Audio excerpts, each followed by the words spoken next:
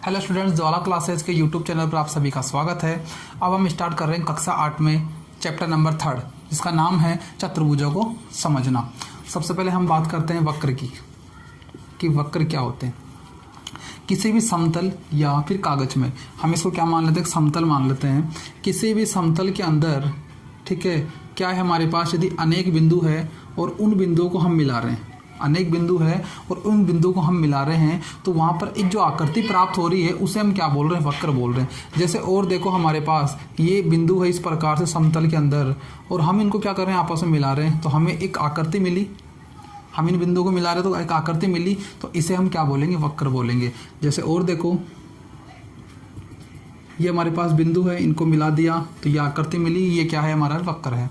ठीक है, किसी भी प्रकार से बिंदु हो, हम उनको क्या कर रहे हैं, अगर मिला रहे हैं और आकृतियाँ हमें मिल रही है तो वो सारे के सारे क्या कहलाएंगे, हमारे वक्र कहलाएंगे। ठीक है, तो ये हमने जो भी बना दिया इस प्रकार से, ये सारे क्या है, वक्र है। ठीक है, हो जाएगा कि समतल में स्थित बिंदुओं को आपस में मिलाने से जो हमें आकृति मिलती है, जो स्वरूप प्राप्त होता है, उसे हम किस नाम से जानते हैं, वक्र के नाम से जानते हैं। तो ये सारे के सारे क्या हो गए, हमारे वक्र हो गए। वक्र कुछ भी हो सकता है, टेढ़ी मेढ़ी किसी भी प्रकार से हम लाइन बना दे, इस प्रकार से किसी भी प्रकार से हम क्या लाइन बना दे तो हमारे सारे के सारे क्या कहलाएंगे, वक्र कहलाएंगे। अब आगे हम देखते हैं सरल वक्र। सरल वक्र क्या है, ऐसा वक्र जो अपने आप को नहीं काटे, ऐसा वक्र जो अपने आप को नहीं काटे। जैसे मैंने ये बना दिया, ठीक है, ये बना दिया मैंने इस प्रकार से, ये बना दिया, और भी बना सकते हैं हम इस प्रकार से। ये क्या है, हमारे वक्र है। ठीक है, ये देखो एक दूसरे को नहीं काट रहे। इसके अलावा मैं इधर बना रहा हूं, देखो इस प्रकार से, ठीक है, ये देखो, ये देखो, ये वक्र क्या कर रहे हैं, अपने आप को काट रहे हैं। ये देखो, ये यहाँ काट रहा है, ये यहाँ काट रहा है, ये यहाँ काट रहा, ये यहाँ काट रहा। तो ऐसे वक्र जो स्वयं को नहीं काटते कहीं पर भी, वे तो हमारे सरल वक्र कहलाएंगे। लेकिन जो वक्र एक तो अपने आप को काट रहे हैं किसी स्थान पर, वे सरल वक्र नहीं कहलाते। तो सरल वक्र कौन से वक्र होंगे, जो स्वयं को अपने आप को नहीं काटते वह सरल वक्र होंगे, और जो स्वयं को काटते हैं किसी स्थान पर वे हमारे सरल वक्र नहीं कहलाते। तो ये हमें बात याद रखनी है। इसके बाद हम देखते हैं सरल वक्र के अंदर कि ऐसा वक्र जो क्या हो, सरल हो और साथ में क्या हो, बंद भी हो, और ऐसा वक्र सरल हो लेकिन क्या हो, वो बंद नहीं हो, खुला वक्र हो। तो हम देख रहे हैं सरल वक्र के अंदर सरल बंद वक्र और सरल खुला वक्र। देखो यहाँ पे जो सरल है इसे हम साधारण के नाम से भी बोल सकते हैं कि साधारण वक्र। ठीक है, साधारण वक्र या साधारण बंद वक्र या साधारण खुला वक्र। तो देखो यहाँ पे सरल बंद वक्र क्या होगा, यहाँ पे मैं बना रहा हूँ इस प्रकार से। देखो ये हमारा कोई वक्र है, इसका प्रारंभिक बिंदु और अंतिम बिंदु एक ही है। प्रारंभिक बिंदु और अंतिम बिंदु क्या है, एक ही है। यहाँ पर ही हमारा क्या था, स्टार्टिंग पॉइंट है और यहाँ पर ही हमारा एंडिंग पॉइंट है। तो इस प्रकार का जो वक्र बना इसे हम क्या बोलेंगे, सरल होगा, बंद वक्र भी होगा। इधर देखो सरल हो लेकिन खुले में देखो, यहाँ पे ये हमारा कोई वक्र इस प्रकार से, और मैंने यहीं पे छोड़ दिया। यहाँ से तो मैंने प्रारंभ किया और इसका यहाँ पर क्या हो गया, एंडिंग पॉइंट हो गया। ये तो स्टार्टिंग पॉइंट है, ये एंडिंग पॉइंट है, दोनों एक नहीं, दोनों अलग अलग है। तो इस प्रकार का जो हमारा वक्र होगा वो क्या होगा, खुला वक्र होगा। सरल तो है क्योंकि कहीं पे भी नहीं काट रहा है, सरल तो है लेकिन कैसा है, ये खुला वक्र है। तो सरल बंद क्या होगा, ऐसा वक्र जिसमें स्टार्टिंग और अंतिम बिंदु क्या हो, हमारा एक ही हो, वह सरल बंद वक्र कहलाएगा। इसी प्रकार से देखो, ये मैं यहाँ से स्टार्ट किया, यहीं पे एंड कर दिया, तो ये हमारे सरल बंद वक्र है। लेकिन इधर की बात करें हम तो इस प्रकार से, ये देखो प्रारंभिक बिंदु यह है, अंतिम बिंदु यह है, तो यहाँ पर खुले हुए हैं, दोनों एक स्थान पर नहीं है, एक ही नहीं है। तो इनको क्या बोलेंगे हम, हमारे खुले वक्र बोलेंगे। कौन से, सरल के अंदर। तो ये हमने क्या देखे, सरल वक्र या साधारण वक्र के दो प्रकार देख लिए, जिसमें सरल बंद वक्र होगा और सरल खुला वक्र होगा। अब आगे हम देखते हैं रेखाखंड और रेखाको कि ये क्या होते हैं। तो देखो यहाँ पे समतल में कोई बिंदु है दो, ठीक है, ए और बी हमारे पास कोई बिंदु है और हम इनको क्या कर रहे हैं, मिला रहे हैं इस प्रकार से। तो हमें जो ये आकृति मिली इसे हम क्या बोलते हैं, रेखाखंड बोलते हैं।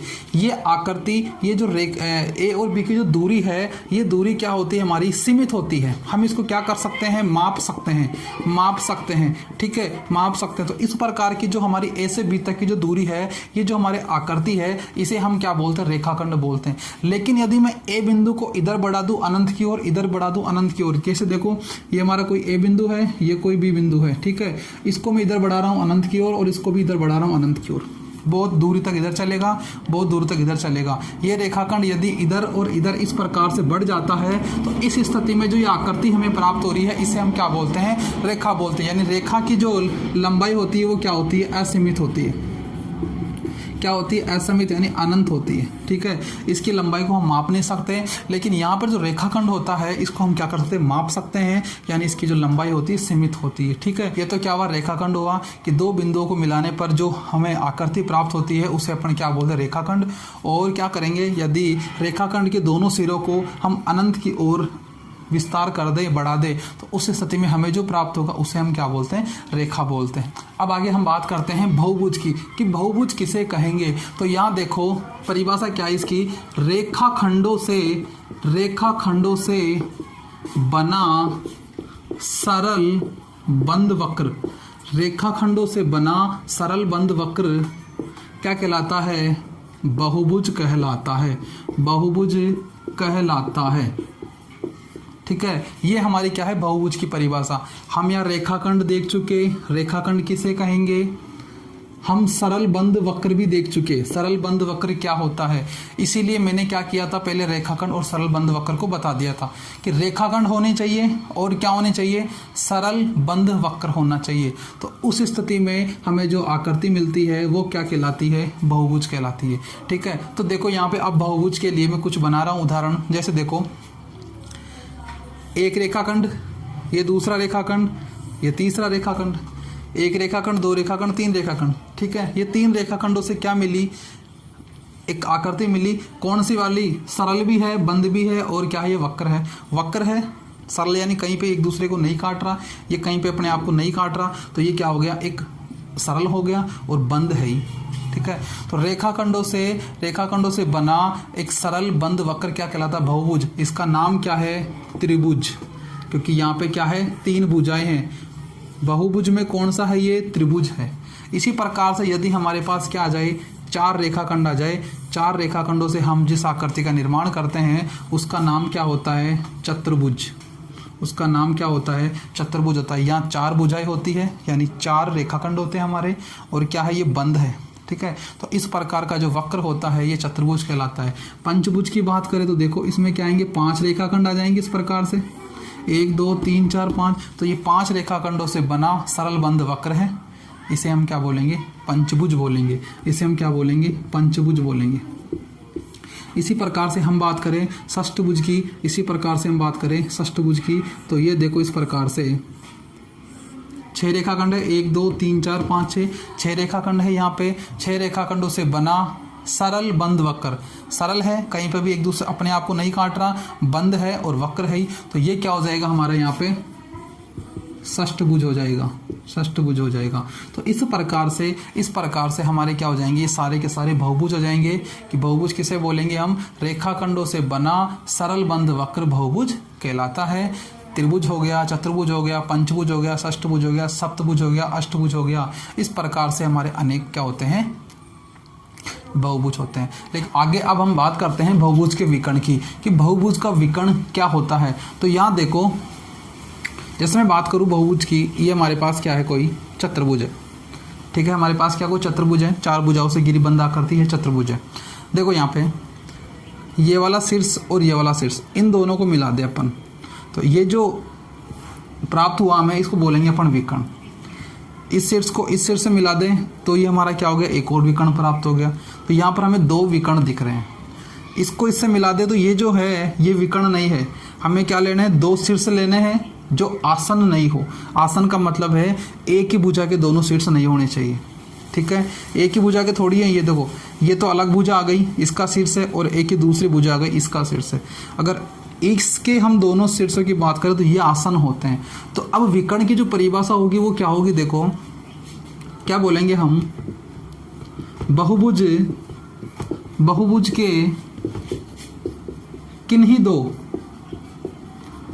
दो शीर्षों, शीर्ष कौन कौन से, आसन नहीं हो, बस आसन शीर्षों को छोड़कर, आसन शीर्षों को छोड़कर क्या, कि बहुभुज के किन्हीं दो शीर्षों को जोड़ने वाला रेखाखंड, जोड़ने वाला रेखाखंड क्या कहलाता है? बहुभुज का विकर्ण, बहुभुज का विकर्ण कहलाता है, विकर्ण कहलाता है।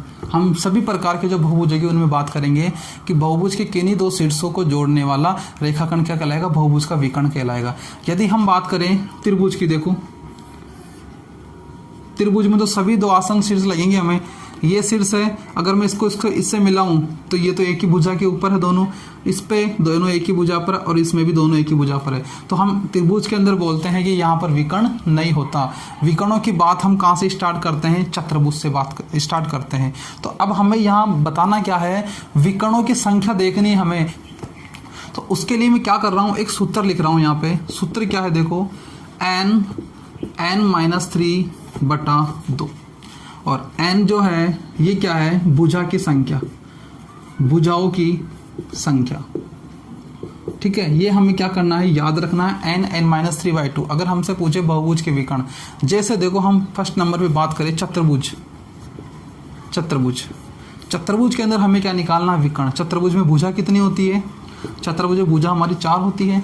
हम क्या करेंगे? सूत्र में मान रखेंगे। देखो क्या था हमारा सूत्र कि n की जगह हम क्या रखेंगे? 4 3/2। 4 में से 3 गया तो 1 बचेगा, तो 4 × 1/2, यानी ऊपर 4 है नीचे 2 है, कट जाएगा 2, बराबर कितना आ जाएगा? 2।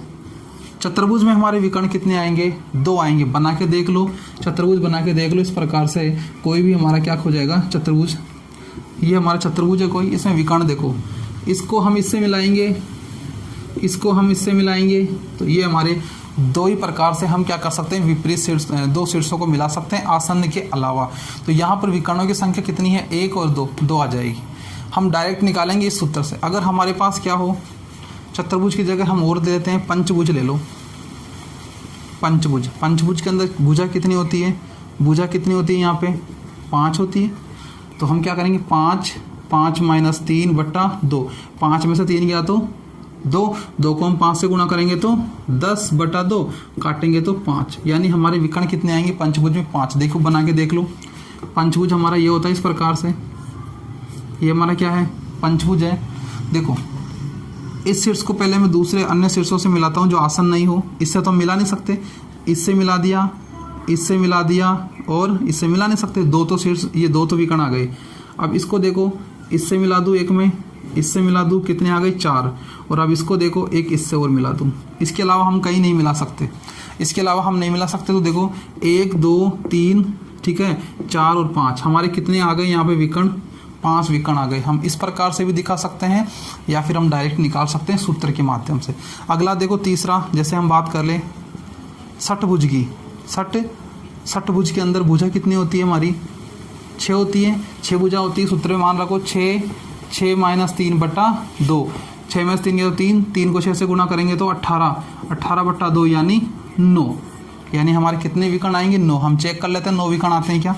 देखो यहाँ बना रहा हूँ मैं हमारा षटभुज।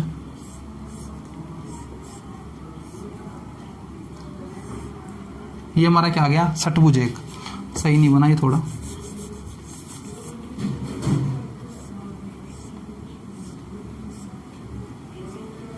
ठीक है। ये हमारा क्या आ गया? षटभुज आ गया। अब देखो हम इसमें विकर्ण निकालते हैं।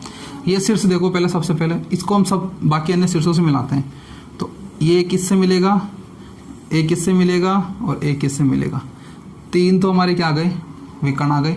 अब इस शीर्ष की बात करते हैं तो देखो 1 2 और 3 प्लस 3 ये हो गए। हम इस शीर्ष की बात करें तो देखो 1 और 2 कितने हो गए? 2 ये हो गए, ठीक है। इसके बाद देखो और कौन सा है? एक। अब इस शीर्ष की बात करते हैं। ये सबसे मिला हुआ देखो, इधर भी गया, इससे भी मिल गया, इससे भी मिल गया, इससे मिल गया, लेकिन ये इससे नहीं मिल रखा। तो यहाँ पर ये क्या हो गया? एक और हो गया। 3 और 3 6 और 3 9। इस प्रकार से हमारे कितने विकर्ण हो जाएंगे?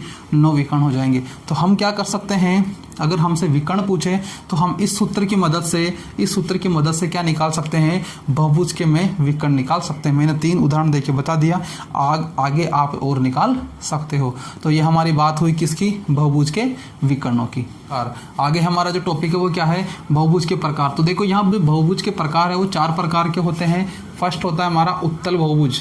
पहला कौन सा होता है, उत्तल बहुभुज। दूसरा क्या होता है, अवतल बहुभुज, अवतल बहुभुज, ठीक है। तीसरा होता है हमारा समबहुभुज, समबहुभुज, ठीक है। और चौथा होता है कौन सा, विषम, विषम बहुभुज। या हमारे पास बहुभुज कितने प्रकार के हैं, 4 प्रकार के, उत्तल, अवतल, सम और विषम। हम एक एक की बात करते हैं। तो पहला देखो कौन सा हमारा, उत्तल बहुभुज, उत्तल बहुभुज। उत्तल बहुभुज किसे बोलेंगे, देखो मैं कुछ आकृतियां बना रहा हूं यहाँ पे।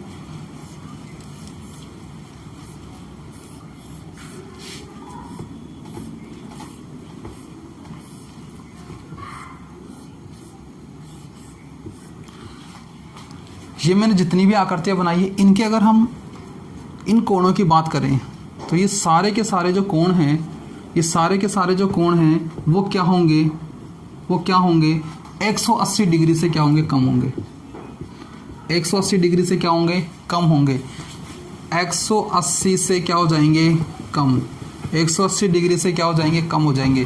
तो हम उत्तल बहुभुज की क्या, उत्तल बहुभुज की परिभाषा क्या बोलेंगे, ऐसे बहुभुज, ऐसे बहुभुज जिनमें सभी आंतरिक कोण, सभी आंतरिक कोण, अंदर वाले कोणों की बात करें हम, सभी आंतरिक कोण, ठीक है, क्या हो, 180 डिग्री से क्या हो, कम हो।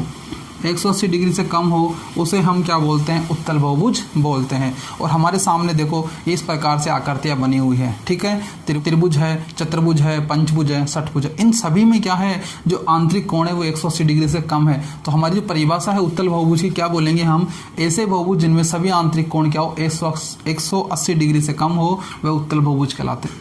अब हम देखते हैं दूसरे नंबर पर कौन सा हमारा, अवतल। क्या है, अवतल बहुभुज। अवतल बहुभुज में देखो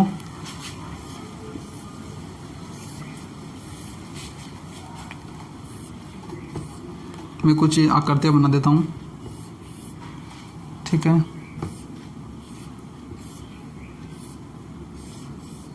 ये हमारे पास क्या कुछ आकृतियां, यहां देखो ये तो 180 डिग्री से कम है, ये भी 180 से कम है, 180 से कम है। लेकिन ये वाला जो कोण है, ये वाला 180 से अधिक है। 180 से कम, ये भी कम है, ये भी कम है, ये भी 180 से कम है, ये भी 180 से कम है। लेकिन इस कोण की बात करें तो 180 डिग्री से क्या है, अधिक है। इधर देखो ये भी कम है 180 से, ये सारे कोण 180 से कम है, लेकिन ये कोण क्या 180 से ज़्यादा है। तो ऐसा बहुभुज, ऐसा बहुभुज जिसमें जिसमें कम से कम, कम से कम एक आंतरिक कोण क्या हो, 180 डिग्री का हो, 180 डिग्री का हो। ऐसा बहुभुज जिसमें कम से कम एक कोण क्या हो, 180 डिग्री का हो, तो उसे हम क्या बोलते हैं, अवतल बहुभुज बोलते हैं। और हमारे पास ये आकृतियां इस प्रकार से बनी हुई है, ठीक है। तो ये हो जाएगा हमारा अवतल बहुभुज। आगे हम देखते हैं तीसरे नंबर पे समबहुभुज। समबहुभुज, समबहुभुज की बात करें तो देखो यहाँ पे मैं बना रहा हूँ क्या, एक त्रिभुज बना रहा हूं, और इस त्रिभुज में तीनों भुजाएं क्या है, हमारी बराबर है। और ये त्रिभुज कौन सा है हमारा, समबाहु। समबाहु का मतलब है समान बाहु, यानी भुजाएं, सभी भुजाएं क्या बराबर। जब सभी भुजाएं बराबर है तो सभी कोण भी क्या होंगे, हमारे बराबर हो जाएंगे, ठीक है। इधर देखो और बात करें हम एक वर्ग की, ये क्या है हमारा वर्ग, जिसमें चारों भुजाएं क्या होती है, बराबर। और जो चारों कोण होते हैं वो क्या होते हैं, हमारे 90 डिग्री के होते हैं, ठीक है, ठीक है, इस प्रकार से। और देखो हमारा होता है षटभुज।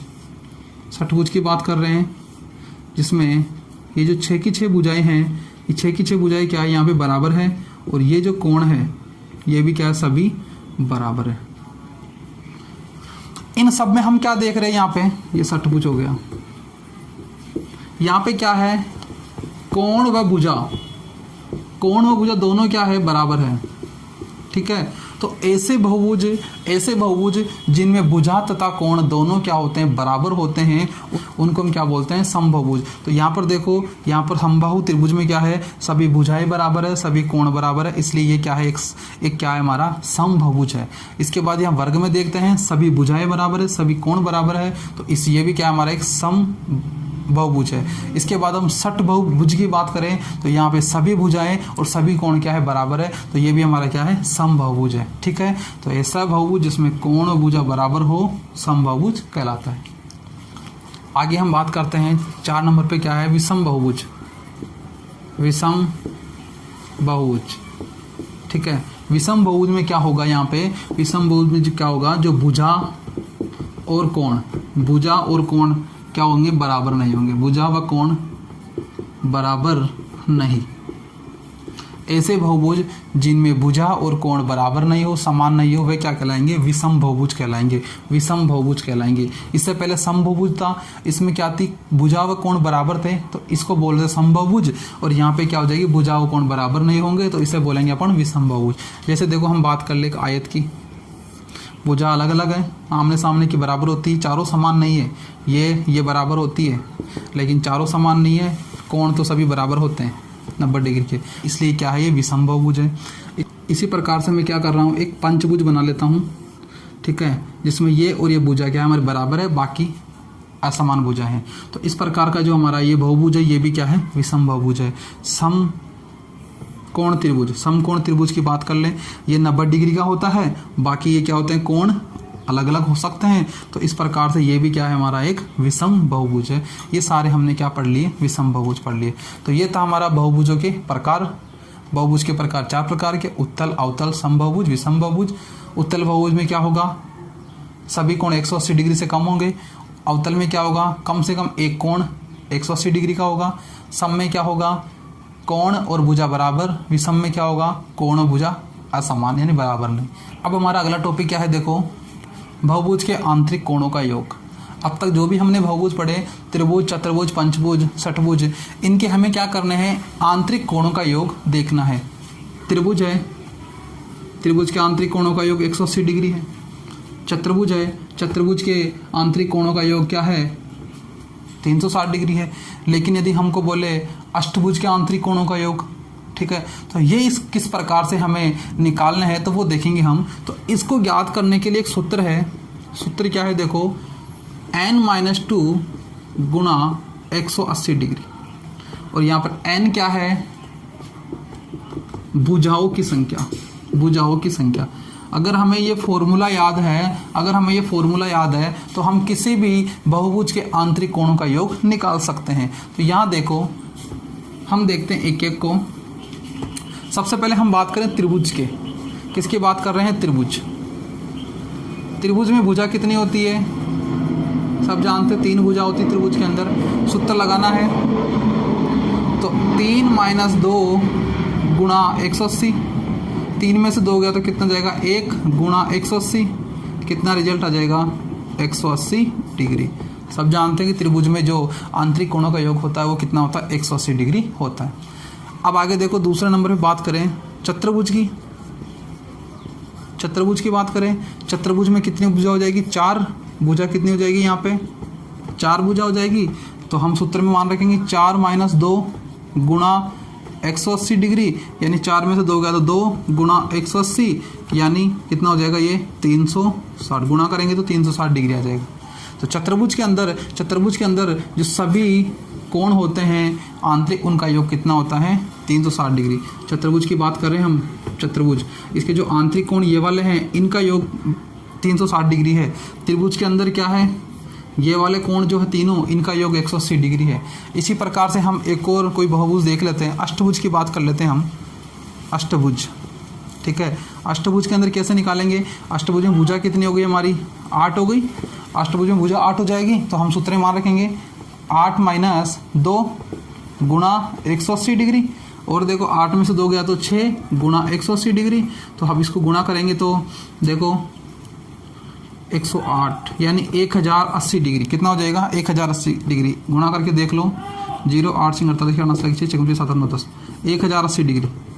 तो जो हमारा कौन सा अष्टभुज है, अष्टभुज है, देखो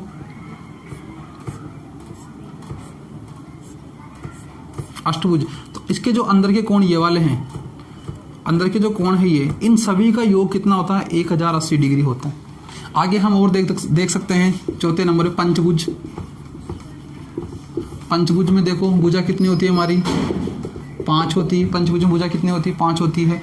सूत्र लगाओ n का मान कितना 5 - 2 गुणा 180 डिग्री, 5 में से 2 गया 3 गुणा 180 डिग्री, तो कितना जाएगा 540 डिग्री। यानी पंचभुज के अंदर जो सभी आंतरिक कोणों का योग है वो कितना हो जाएगा एक 540 डिग्री। छठे नंबर पे देखो षटभुज की बात करें, षटभुज में देखो भुजा कितनी होती है हमारी 6 होती है, तो n यानी 6 - 2 गुणा 180 डिग्री, 6 में से 2 गया 4 गुणा 180 डिग्री, यानी 18 चौक 72 यानी 720 डिग्री आ जाएगा। षटभुज के अंदर सभी आंतरिक कोणों का योग कितना हो जाएगा 720 डिग्री हो जाएगा। इस प्रकार से हम क्या करेंगे बहुभुज के आंतरिक कोणों को ज्ञात कर सकते हैं। सूत्र हमें ये वाला याद करना है, सूत्र हमें ये याद होना चाहिए। आगे हम देखते हैं प्रश्नावली 3.1। 3.1 का जो क्वेश्चन नंबर फर्स्ट है वो देखो क्या है, यहाँ पर कुछ आकृतियाँ दी गई है, ये आकृतियाँ हमें मिल रही है यहाँ पे। इसमें देखो क्या लिखा हुआ है, प्रत्येक का वर्गीकरण निम्नलिखित आधार पर करना है। हमें क्या करना है, इनका वर्गीकरण करना है कि इनमें से साधारण वक्र कौन कौन से हैं, साधारण बंद वक्र कौन कौन से हैं, बहुभुज कौन कौन से हैं, उत्तल बहुभुज कौन कौन से, अवतल बहुभुज कौन कौन से। अब हम देखते हैं कि साधारण वक्र कौन कौन से इनमें से। तो साधारण वक्रों के बारे में बता चुका कि ऐसे वक्र जो क्या हो अपने आप को नहीं काटते हों, ठीक है, तो ये साधारण वक्र कहलाते हैं। यहाँ देखो ये कहीं नहीं काट रहा, ये कहीं नहीं काट रहा, ये कहीं नहीं काट रहा, ये कहीं नहीं काट रहा और ये भी कहीं नहीं काट रहा। ये सारे के सारे हमारे क्या है साधारण वक्र है। बाकी ये देखो एक के अंदर एक है, वो भी और ये भी, ये तीनों जो हमको दिख रहे हैं ये हमारे साधारण वक्र नहीं है। तो हम यहाँ पे लिख लेते हैं साधारण वक्र कौन कौन से हैं। एक तो फर्स्ट हो गया, एक सेकंड हो गया, एक हमारा हो जाएगा 5th वाला और 6 नंबर का और एक 7। ये हमारे क्या है सिंपल वक्र है। इसके बाद दूसरा क्या है साधारण हो और बंद वक्र कौन कौन से हो। तो ये जो साधारण है वो देखो सभी क्या है बंद भी है, तो हम जो ये थे वही इधर लिख लेते हैं 1 2 5 6 और 7। ये हमारे क्या हो जाएंगे साधारण बंद वक्र हो जाएंगे। अगला क्या है हमारे बहुभुज। बहुभुज के अंदर क्या होता है रेखाखंड होते हैं, तो यहाँ देख लो जो जो रेखाखंडों से मिलकर बन रहा है वह क्या हो जाएगा बहुभुज हो जाएगा और बंद भी होना चाहिए। तो ये देखो रेखाखंड है इसमें और क्या है बंद भी है, तो ये क्या हो जाएगा हमारा बहुभुज हो जाएगा। ये भी बहुभुज हो जाएगा। इसी प्रकार से ये बहुभुज नहीं है, ये कोई से भी बहुभुज नहीं है यहाँ पे देखो, लेकिन ये क्या हमारा बहुभुज है क्योंकि इसमें रेखाखंड आ रहे हैं, ठीक है। तो 1 2 और ये वाला, ठीक है, 1 2 और 4th, ये हमारे क्या है बहुभुज हो जाएंगे। इसके बाद हम बात करते हैं उत्तल बहुभुज की। तो उत्तल बहुभुज में बता रखा है कि ऐसा बहुभुज है जिसमें क्या हो सभी कोण क्या हो 180 डिग्री से कम हो। एक भी कोण 180 डिग्री हो गया तो वो उत्तल बहुभुज नहीं कहलाता। उत्तल बहुभुज की परिभाषा क्या है, क्या हो सभी कोण 180 डिग्री से कम हो। तो यहाँ पे हमारे पास बहुभुज क्या है 1 2 3 ही है। तीनों में देखो इसमें ये कोण ये और ये, ठीक है, सभी क्या है 180 डिग्री से कम है, परंतु ये वाला जो कोण है वो 180 डिग्री से ज़्यादा है। इसमें देखो सभी कोण क्या है 180 डिग्री से कम है, लेकिन यहाँ पर इसमें देखो ये तो सभी कोण 180 डिग्री से कम है, परंतु अगर हम बात करें इस कोण की या फिर हम बात करें इस कोण की या इस कोण की और एक ये वाले कोण, ये सारे के सारे हमारे क्या 180 डिग्री से ज़्यादा है। तो ये वाला और ये वाला तो उत्तल बहुभुज होगा नहीं, और ये वाला क्या हो जाएगा हमारा उत्तल बहुभुज हो जाएगा। तो नंबर कौन सा इसका नंबर वाला क्या हमारा उत्तल बहुभुज, और बाकी बच गए जो दोनों ये और वो क्या हो जाएंगे हमारे अवतल बहुभुज हो जाएंगे, 1st और 4th वाला।